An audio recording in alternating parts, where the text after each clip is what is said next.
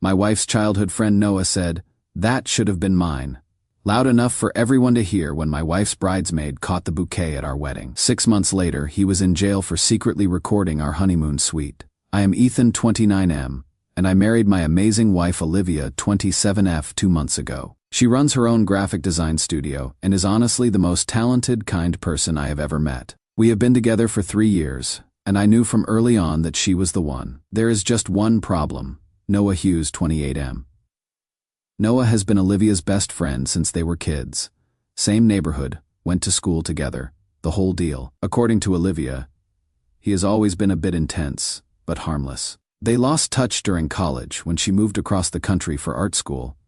But when she moved back to start her business 2 years ago, he immediately reconnected. I work in it, systems engineering, so I am pretty analytical by nature. From day one, something felt off about this guy. The way he looked at Olivia, the way he would show up unannounced at her studio, how he would find excuses to text her constantly. When I brought it up with Olivia, she would say I was overthinking it.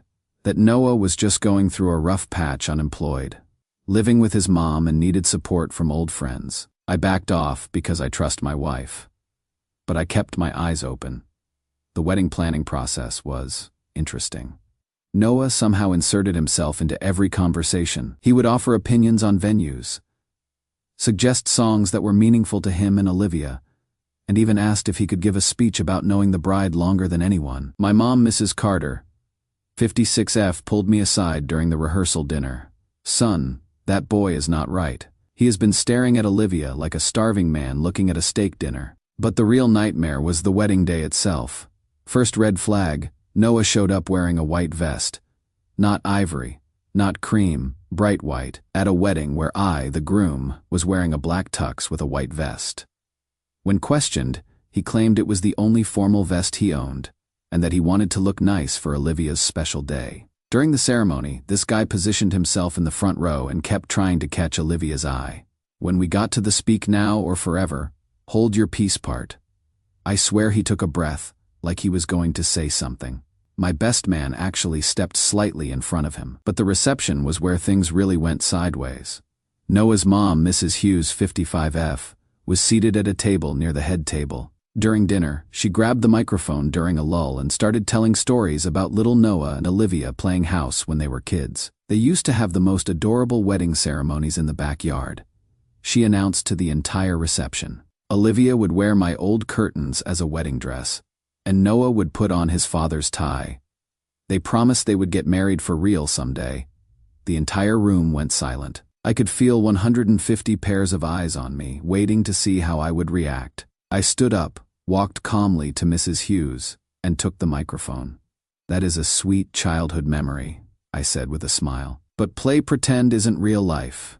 Today, Olivia married me, and we are building our actual future together." The room erupted in applause, and Mrs. Hughes looked like she had swallowed a lemon. But Noah wasn't done. During the father-daughter dance, he approached our table and asked if he could cut in for one dance. For old time's sake, my own mother, bless her, stood up before I could respond. "Young man, this is a wedding reception, not a high school reunion. Find your seat."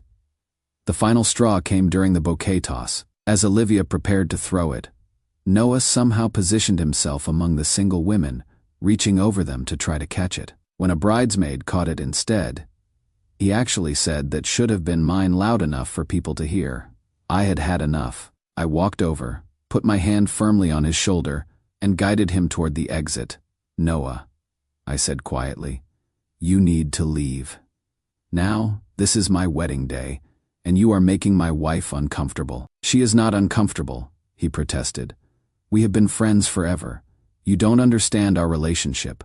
I understand it perfectly. You are obsessed with a woman who chose to marry someone else. That is not friendship. That is delusion." I had our venue security escort him out. His mom left shortly after, making a big show of how hurt they were. Olivia was upset at first, not at me, but at the situation. She felt guilty that her oldest friend had caused such a scene. But my mom sat her down and explained that real friends don't try to sabotage your wedding day. I thought that was the end of it. I was so wrong. Update 1 Reddit. I am back with an update that is somehow both worse and more satisfying than my original story. Thank you to everyone who commented on my first post. Your support and advice gave me the confidence to trust my instincts and document everything that has happened since. After we got back from our honeymoon, which was blissfully Noah-free, things were quiet for about a week. Olivia seemed more relaxed, and I thought maybe escorting him out of the wedding had finally sent the message. I should have known better. The first incident happened at our friend's house during a casual get-together about 3 weeks after the wedding. It was just our old college crowd, maybe 15 people, including Mason Reed, who has known both Olivia and me since we were kids, and works in my company's legal department. Noah showed up uninvited. Someone had apparently posted about the gathering on social media, and he just appeared.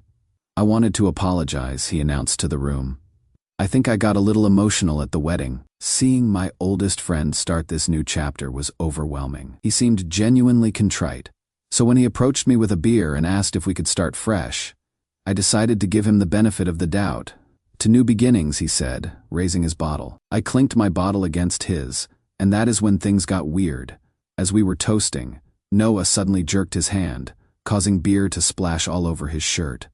Jesus. Ethan, he yelled, loud enough for everyone to hear. What the hell? I stared at him in confusion. What are you talking about? You deliberately spilled beer on me, in front of everyone. He was making a huge scene, pointing at his soaked shirt. I come here trying to make peace, and you humiliate me? Here is the thing about having analytical friends. They notice details. Mason immediately stepped forward. Noah, that is not what happened. Mason said calmly. You jerked your own hand. We all saw it. That is not true, Noah protested, looking around the room for support. But our friend Sarah chimed in. Actually, it is. You moved your hand weird, right before the beer spilled. Then Jake, who was standing right next to us, dude, you totally did that to yourself. Noah's face went red as he realized his little performance hadn't worked. Without another word, he stormed out, still dripping beer. That was the weirdest thing I have ever seen, Mason said after Noah left. Who spills a drink on themselves and then blames someone else?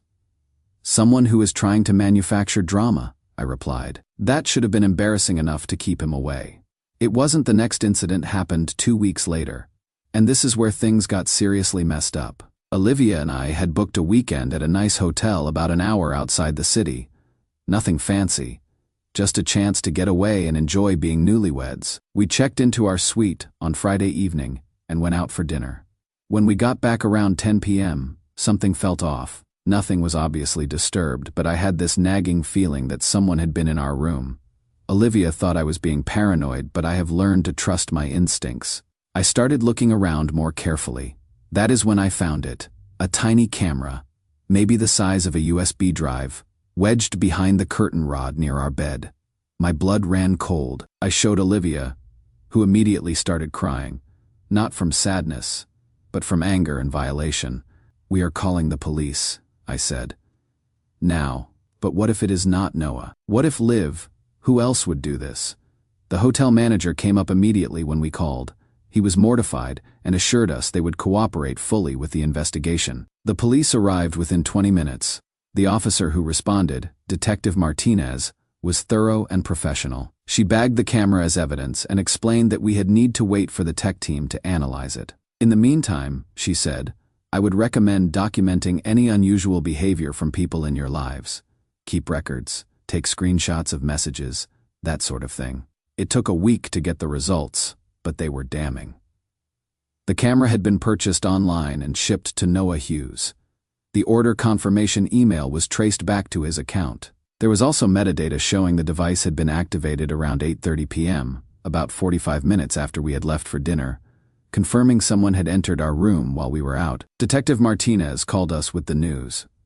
We have enough evidence to charge him with invasion of privacy and criminal trespass. Are you prepared to press charges? Absolutely, I said without hesitation. The arrest happened on a Tuesday morning. Noah was apparently still living with his mom, so the police went there to serve the warrant. According to the report, he immediately broke down and confessed, claiming he just wanted to make sure Olivia was happy. Mrs. Hughes called Olivia that afternoon, screaming about how we were ruining her son's life and how this was all a misunderstanding. Olivia, who had been feeling guilty about pressing charges, listened to about 30 seconds of Mrs. Hughes defending her son's decision to secretly record our private moments before hanging up. "I am done feeling sorry for them," she told me. "What kind of person does something like that?" Noah was released on bail, but there is a restraining order in place now. He is not allowed within 500 feet of either of us or Olivia's studio. The preliminary hearing is next month. Our lawyer says it is a pretty straightforward case given the evidence. But here is what really gets me. When the police searched Noah's room during the arrest, they found a folder on his computer labeled Olivia with hundreds of photos of her. Some were normal pictures from social media, but others were clearly taken without her knowledge. Pictures of her working at her studio, walking to her car, meeting me for lunch. He had been stalking her for months, maybe longer. Mason, who has been helping us navigate the legal side of this, put it best. This isn't about a guy who had feelings for a friend. This is about someone who refused to accept reality and decided to violate your privacy when he couldn't get what he wanted. The silver lining. This whole ordeal has actually brought Olivia and me closer together. She has realized that my concerns weren't jealousy or insecurity. They were legitimate worries about someone who was clearly unhinged. My mom has been incredible through all this. She calls Olivia every few days just to check in, and she has helped us install better security at both our house and Olivia's studio. "That boy needs professional help," she told us last week. "But that is not your responsibility. Your job is to protect yourselves and your marriage." Update 2. I honestly didn't expect to be posting again so soon. But this situation has spiraled in ways I never could have imagined. The good news is that justice is working exactly as it should. The bad news is that it had to come to this at all. After my last update, things were relatively quiet for about 2 weeks. Noah was out on bail with a restraining order, and we thought maybe the legal consequences had finally gotten through to him and his family. We were wrong. Last Monday morning, Olivia arrived at her design studio to find the place completely trashed. I mean completely. Every computer screen was smashed, design equipment was broken, client files were scattered everywhere, and someone had spray-painted whore and homewrecker across her beautiful hand-painted logo wall. The damage was easily $15,000, $20,000 worth of equipment, plus all the client work she lost. Olivia called me sobbing from the parking lot. I left work immediately and met her there, along with the police. Detective Martinez, who handled the camera incident, responded to the call. "This level of destruction suggests personal rage," she told us while documenting the damage. "Whoever did this wanted to hurt you specifically, not just rob the place." The obvious suspect was Noah, but he had an alibi. He had been at a court-mandated therapy session that morning, with documentation to prove it. That is when Detective Martinez suggested we look at the building's security footage.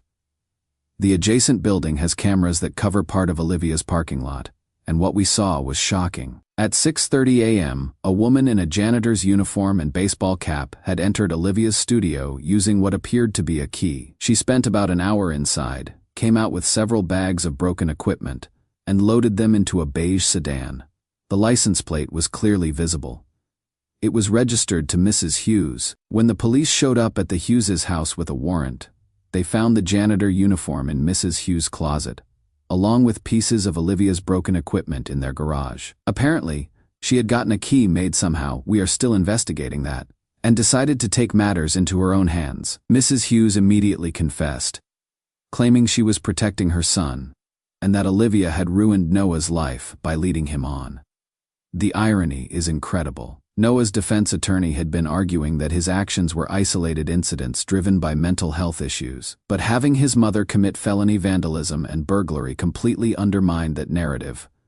Both of them are now facing serious charges. Noah's bail was revoked due to his family's escalation, so he is back in jail. Mrs. Hughes is facing burglary, vandalism, and destruction of property charges. But wait, it gets worse. This past Friday night, around 11 p.m., Olivia and I were settling in for the evening when we heard someone shouting outside our house. I looked out the window and saw Noah standing in our front yard, clearly drunk, screaming at our windows. "Olivia," he was yelling. I know you are in there. We need to talk." I called 911 while recording him on my phone.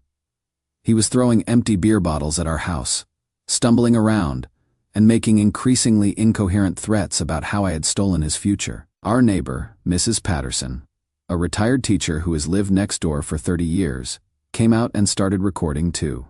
"Young man, you need to leave these people alone," she shouted. Noah turned toward her and screamed, "Michigan, your own business." "Old lady." That is when Mr. Patterson came out. He is a former Marine, about 65, built like a linebacker. He didn't say a word, just stood on his porch with his arms crossed, watching Noah. The police arrived about 5 minutes later. Noah was so drunk he could barely stand, and when they tried to arrest him, he actually swung at one of the officers. So now, in addition to violating the restraining order, Noah is facing charges for DE. He had driven to our house, public intoxication, assault on a police officer, and disturbing the peace. The cherry on top. Mrs. Patterson's video went viral on our local community Facebook page. The comments are not kind to Noah. Detective Martinez called us the next morning with an update. "He is not getting bail this time," she said.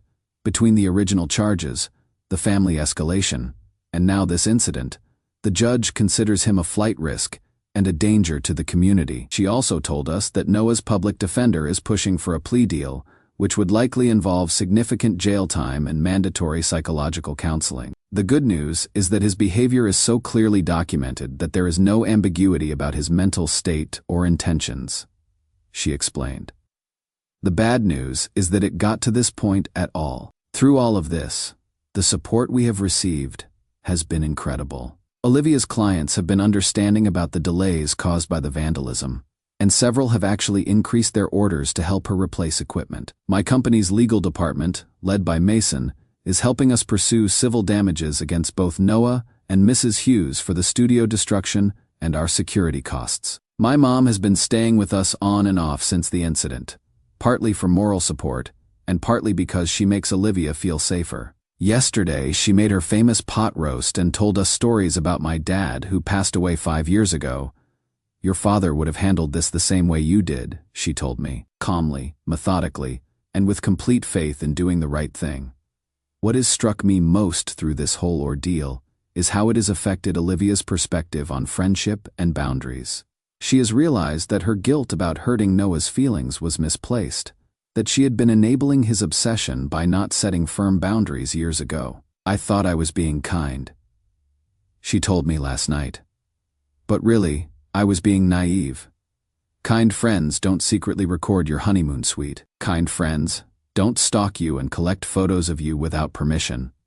Kind friends don't have their mothers destroy your business." The trial dates are being set for next month. Our lawyer is confident about the outcomes, given the overwhelming evidence and Noah's increasingly erratic behavior.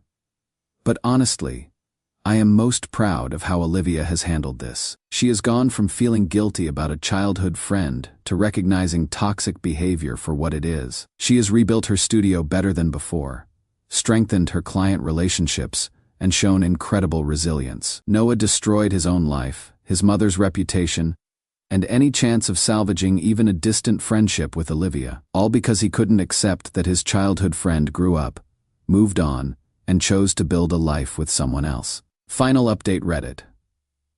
This is my final update on the Noah situation, and I am happy to report that justice has been served in the most thorough way possible. The trials concluded last week, and the outcomes exceeded our expectations. Noah pleaded guilty to all charges: invasion of privacy, criminal trespass, stalking, violating a restraining order, DUI assault on a police officer, and disturbing the peace. He was sentenced to 18 months in county jail, followed by 3 years of supervised probation. As part of his plea agreement, he is required to complete psychological counseling and has a permanent restraining order against both Olivia and me. He is also prohibited from being within 1 mile of Olivia's studio or our neighborhood. Mrs. Hughes also pleaded guilty to burglary and vandalism charges. She received 6 months in jail, 2 years probation, and was ordered to pay full restitution for the damage to Olivia's studio, which came to just over $23,000 when you include lost business and security upgrades. But here is the part that really drives home the consequences of their actions. Both Noah and his mother are now convicted felons. Noah's dreams of working in finance, he had a business degree before his obsession derailed his life, are effectively over. Mrs. Hughes, who worked as a school administrator, was immediately fired when her conviction became public record. The civil lawsuit we filed is also moving forward. Our attorney estimates we will recover damages for emotional distress, security costs, and Olivia's temporary business disruption. But the most satisfying part isn't the legal victory. It is seeing how thoroughly Noah isolated himself through his own actions. Remember Mason, my friend who witnessed Noah's fake beer spilling incident? He did some digging through our old social circles and found out that Noah had burned bridges with virtually everyone from their childhood friend group. Turns out his obsession with Olivia had been going on for years, and it made everyone uncomfortable. He couldn't have a normal conversation anymore. One of their mutual friends told Mason, everything somehow came back to Olivia. It was exhausting to be around. Multiple people confirmed that Noah had a pattern of bad-mouthing any guy Olivia dated, spreading rumors, or trying to interfere with her relationships. I wasn't his first target, just the one who actually married her. The most telling detail. When Noah was arrested the final time, not a single person from his supposed friend group came to support him or his mother during the legal proceedings. They would all distance themselves long before his behavior escalated to criminal levels. Meanwhile, Olivia's studio is thriving more than ever. The community support after the vandalism was incredible. She got new clients specifically because people wanted to support a small business owner who had been victimized. She has actually had to turn down projects because she is booked solid through next year. Our marriage has also grown stronger through this ordeal. We have learned to trust our instincts about people, communicate more openly about uncomfortable situations, and appreciate what we have together. When someone tries to destroy your relationship from the outside, it either breaks you apart or forges you into something stronger. We chose the latter. My mom has become Olivia's biggest champion. She calls her the daughter I always wanted, and has made it clear to everyone in our family that Olivia belongs with us. Last weekend, she taught Olivia how to make my dad's famous barbecue sauce, something she had never shared with anyone before. Your father would have loved her. Mom told me while we were grilling. She has got backbone, just like him. The most important lesson from all this, trust your instincts about people, and don't let guilt or social pressure override your judgment. Olivia spent years making excuses for Noah's behavior, because she felt bad about abandoning a childhood friend. But real friends celebrate your happiness, respect your choices, and add value to your life. They don't stalk you, record you without consent, or destroy your business when they don't get what they want. I am sharing this story because I know other people are dealing with similar situations, friends or family members who cannot accept boundaries, who feel entitled to relationships that don't exist, or who use emotional manipulation to maintain inappropriate access to your life. The answer isn't always legal action, but it is always clear boundaries, consistent consequences, and refusing to enable destructive behavior. Noah had every opportunity to accept reality gracefully. He could have wished us well at the wedding and stepped back to let Olivia live her life. He could have sought therapy for his obsession instead of acting on it. He could have accepted the restraining order as a wake-up call instead of escalating his behavior. Instead, he chose to let his obsession consume his life, destroy his relationships, and ultimately land him in jail. The saddest part, if he had handled things differently, he might have remained a distant but welcome part of Olivia's life. She is not vindictive.